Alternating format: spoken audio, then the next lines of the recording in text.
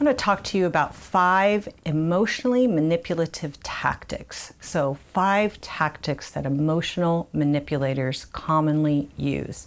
Now, abusers, psychopaths, narcissists all use emotional manipulation.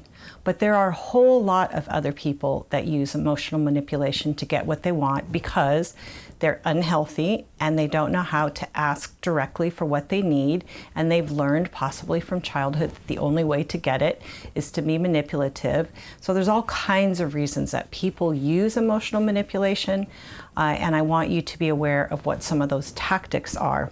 So what does it mean to use emotional manipulation? It means that you literally create by your actions or cause the other person to have an emotion such as fear, guilt, love, obligation, doubt, shame, and trust. You take that feeling, pull it up somehow, and then you manipulate it by using a tactic to get what you want. That's emotional manipulation. So the first one is gaslighting. Gaslighting denies your reality. It plays games with your head. It basically says, you feel this, you think that, you thought you experienced this, but you didn't. I'm going to deny it. I'm going to discount it. I'm going to twist it. I'm going to play with it. I'm going to create a different thought or a different outcome or a different perception of what happened, and I'm going to twist yours and make you doubt yourself and maybe tell you you're crazy, maybe tell you you're oversensitive, maybe tell you you never remember things right, or you're always complaining. Maybe I'm even going to go to the extreme of creating something and then switching it so that you start to doubt your own reality. That's when it really gets bad, but that sometimes is actually done in an attempt to manipulate another person. So the first one is gaslighting.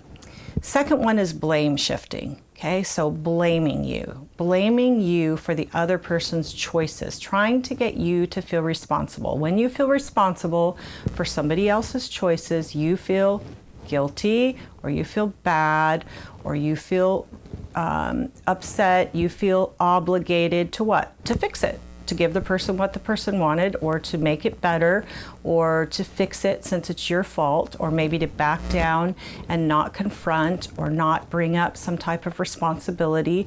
So that's what you do when you're blaming somebody. You want somebody to take responsibility for paying your bills, for correcting, for taking on the responsibility of the fact that the relationship isn't doing well. So if only you would do this, the relationship would be fine. So blaming is an emotionally manipulative tactic. The third one is deflection. What is deflection? When you bring up a topic or you bring up something that you want to talk to the emotional manipulative person about, or your difficult person, and the person doesn't want to talk about it, the person deflects. The person changes the subject, twists it around, blames it on you. If you say, for instance, I'm uncomfortable with the fact that you didn't tell me where you went, the person switches it and says, well, you never tell me where you go. I didn't know where you were yesterday when I came home. So in other words, it's just going to deflect it and put it onto you. So it will accuse you of the same thing, and it will try to make you the problem. So you bring up something and you say, this bothers me in our relationship, and the person says, you're nagging. You're always bringing something up. You're always negative. Do you really have something else you want to complain about? And what that does is it deflects it and puts it back onto you. And what does the emotional manipulator get, right? Gets out of having to talk about the fact that you were upset about something. So that's, in that situation, what the emotional manipulator wanted, is to not talk about the topic that you brought up, and is going to manipulate your emotions, make you feel bad, or feel responsible, or feel guilty, or doubt yourself, or question yourself by deflecting and steering the discussion to a different level. And usually that different level is by focusing on you instead of on what it is that you brought up. The fourth one is to create fear. Fear is a powerful, powerful motivator. None of us want to feel fearful, and when we feel afraid, it prompts us to act or do something, especially if it's something that is valuable to us. So the emotional manipulator will create fear of a loss of the relationship, using threats to take away what is important to you. Maybe it's the fact that this person feels good about you, or will always be with you, or it could be that this person's opinion of you, or the feeling that, well, kids will do this, even I'm never gonna come back and see you again after I leave the house because they don't get their own way, in a real simple way. My kids said to me one time, when I told them no, you're such a bad mom, we're never going to want children. And that caught me by surprise and kind of made me question myself and feel bad. And then I thought, oh my gosh, that's so much manipulation. That is not true. So that's kind of what a manipulator does, is the same thing. So they can use threats of abandonment, threats of taking something away, threats of taking away money, your good feelings about you. There could be creating you feelings of jealousy by threatening the safety of the relationship, or maybe making you think the person might not be faithful or might be looking at somebody else. There could be threat of disclosure of information to somebody else. It could be even as bad as harming someone else that's used as a threat.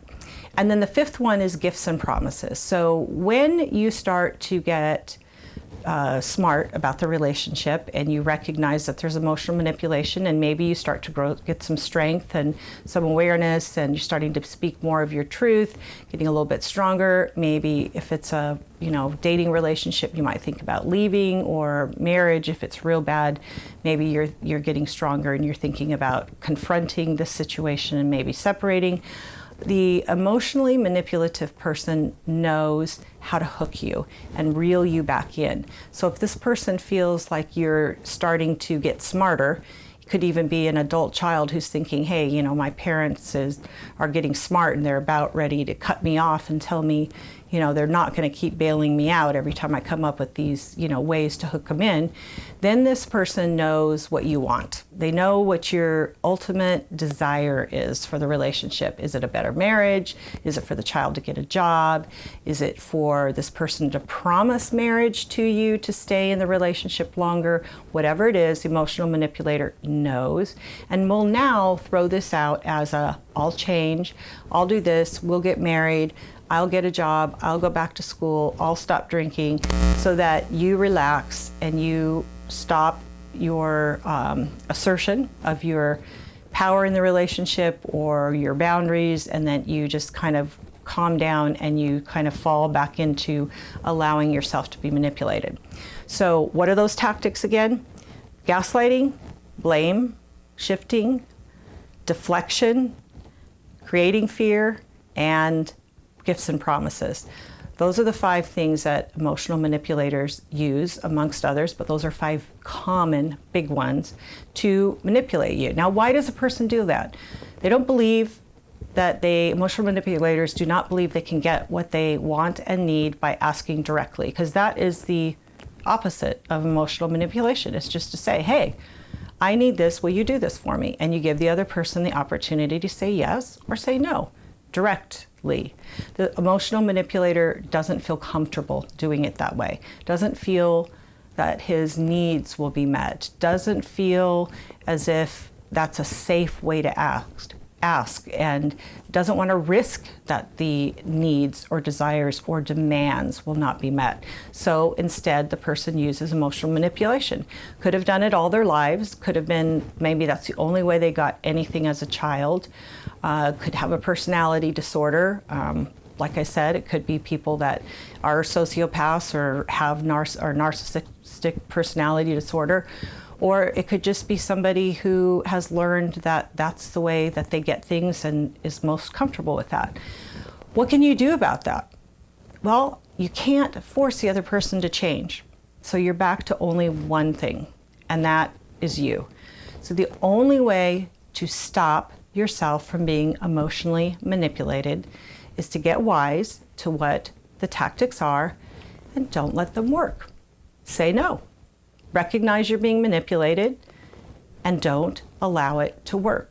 Don't allow the manipulator to manipulate your emotions to get what he or she wants. Simply say no. Thank you for watching this video on Change My Relationship.